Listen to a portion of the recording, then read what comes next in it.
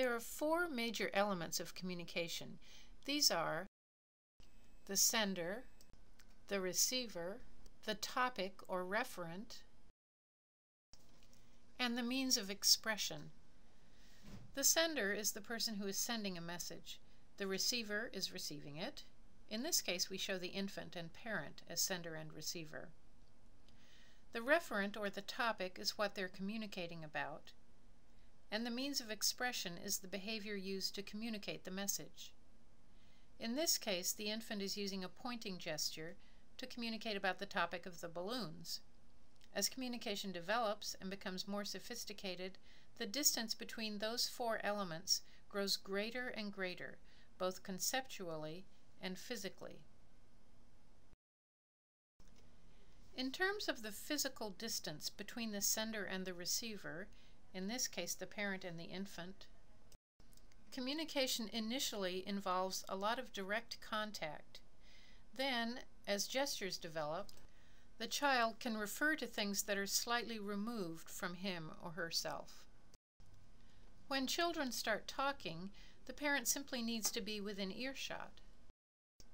Finally, when they start using telephones and sending letters and email, they don't even have to be in the same country to communicate with each other. As far as the distance between the sender and the topic of communication, initially the infant is revealing information about what we call self-topics. At first, they are strictly internal states. I'm hungry, I'm wet, I'm sleepy. Gradually, they become able to talk about topics that are external to themselves, but they're still very much things that are important to their basic physiological states, such as food.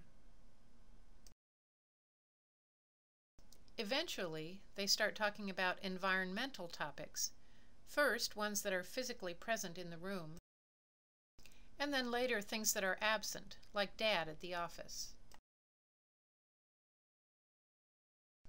Finally, they start talking about more and more abstract topics, including concepts like time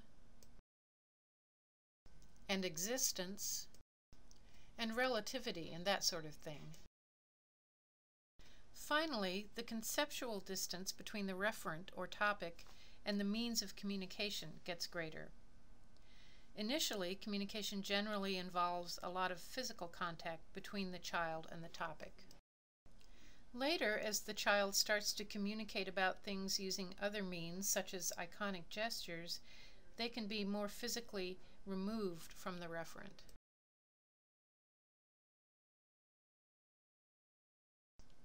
As children start using words, their initial words may have some auditory connection to their referents. For instance, they might say plane in a kind of sing-songy way, giving the impression of the sound of planes flying over. Eventually, they're just saying plane, which has no physical relationship whatsoever to an actual airplane.